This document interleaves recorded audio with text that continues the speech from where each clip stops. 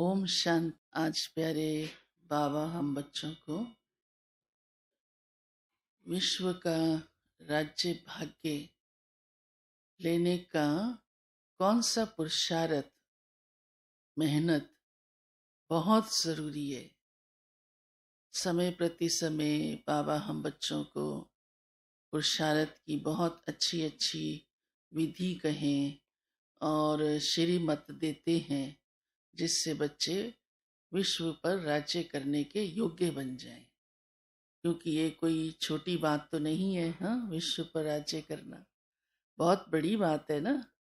रोज रोज सुनते हैं इसलिए सिंपल लगता है। भगवान बाप कहता है इसलिए उस बात को उतना थोड़ा इजी ले लेते हैं। लेकिन आज बाबा ने कहा इसकी मेहनत करनी पड़ेगी। लेकिन वो मेहनत बाबा कौन सी देते हैं? जो सहज है, असंभव नहीं है। हाँ, संभव है। तो बाबा ने आज कहा है कि कौन सी मेहनत करनी है। जो सबसे जरूरी है कि हर एक को आत्मा देखो, आत्मिक स्थिति का अभ्यास। मैं आत्मा हूं और दूसरे भी, उनको भी आत्मा देखो। भाई भाई की दृष्टि पक्की हो जाए। अब ये पहला ही पाठ है। रोज हम सुनते हैं, रोज सुनते हैं ना, मैं आत्मा हूं।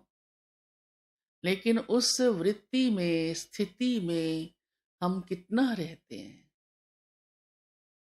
इसलिए बाबा इसको मेहनत कहता है, क्योंकि ये सूक्ष्म पुरुषार्थ है। ये स्थूल पुरुषार्थ नहीं, भाग दौड़ का, चलो सेवा का, कर्मणा सेवा की या ज्ञान सुनाया आदि आदि। वो विशेषताएं भी अच्छी हैं, लेकिन अंदर की मेहनत, सूक्ष्म पुरुषार्थ, वो बाबा कहते हैं बहुत आवश्यक है। क्योंकि बाबा कहते हैं नहीं तो देह भान मिटेगा नहीं, और देह भान नहीं मिटेगा तो कैसे विश्व पर राज्य कर सकते हैं? क्योंकि तब विकार भी नहीं मिटते।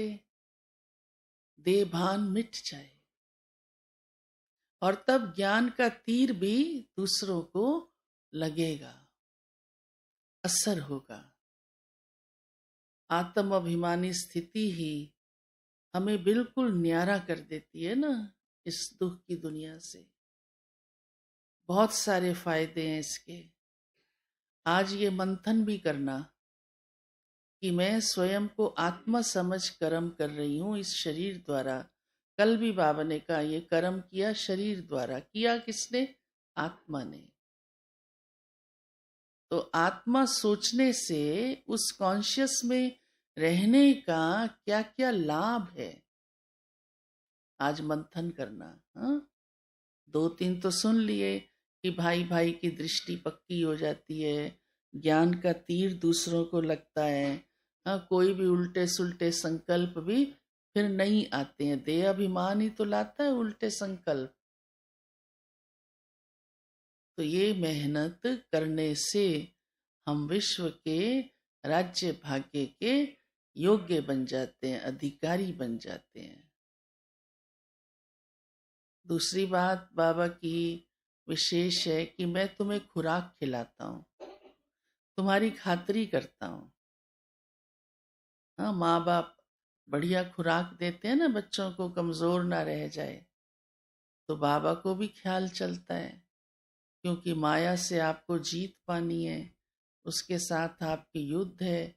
कमजोर तो हार जाएगा, और बाबा चाहता है बच्चे उस पर जीत पा लें। तो शक्ति जरूरी है, तो खुराक देता है बाबा। वो रोज मिलती है आप सबको, अभी भी मिल रही है। क्या खुराक मिलती है? ज्ञान और योग की। क्योंकि ज्ञान के आधार से ही और योग के पुरुषार्थ से ही हम आत्मा शक्तिशाली बनती है। खुद ही आप अनुभव करते होंगे, रोज मुरली सुनते हैं, हाँ, ज्ञान को बुद्धि में चरण करते हैं, तो कितना आत्मा को अंदर शक्ति का अनुभव होता है ना। एक दिन भी रह जाए तो समझते हैं कुछ रह गया। हाँ, जैसे कोई खाना नहीं खाए तो अंदर कमजोरी महसूस होती है ना शरीर की। तो ये खुराक बाबा हम बच्चों को देते हैं, रोज रोज देते हैं। फिर बाबा ने कहा है चुप रहना है। जिसको चुप रहने का अभ्यास होगा ना, वो वही बोलेगा जितनी जरूरत है, जो आवश्यक है ना। इसलिए चुप रहना बाबा ने कहा है, नहीं तो ताली बजती है, और जब ताली बजती है तो आवाज होता है। और ताली कैसे बजती है? दोनों हाथों से।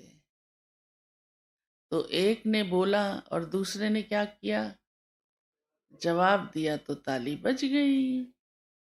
फिर गड़बड़ हो गई, फिर तो ताली पे ताली बजती जाती है। फिर अगला देता है ना, बड़ा नुकसान हो जाता है। इसलिए बाबा ये बात भी हमें बीच बीच में बार बार समझाते हैं। तो ताली दो हाथ से बजती है, तो बाबा कहते हैं चुप रहो, लौट के जवाब नहीं दो। इस पर बाबा की एक कहानी भी बाबा सुनाते हैं ना, कई बार सुनाई है, मुलहरा मुख में डाल कर रखो। तो चुप रहना बहुत जरूरी है। साथ में बाबा कहते हैं इस समय तुम्हें बहुत खुशी मिलती है, क्योंकि बाबा तुम्हें दे रहा है, और इसी से ही आप महावीर बनते हो। महावीर माना ही क्या? जीत पाने वाला। तो ज्ञान और योग से ही बाबा हमको महावीर बनाता है। और संगम ही ऐसा युग है जो भगवान बाप भगवान टीचर बनकर हमको पढ़ाता है। बाबा कहते खुशी रहनी चाहिए।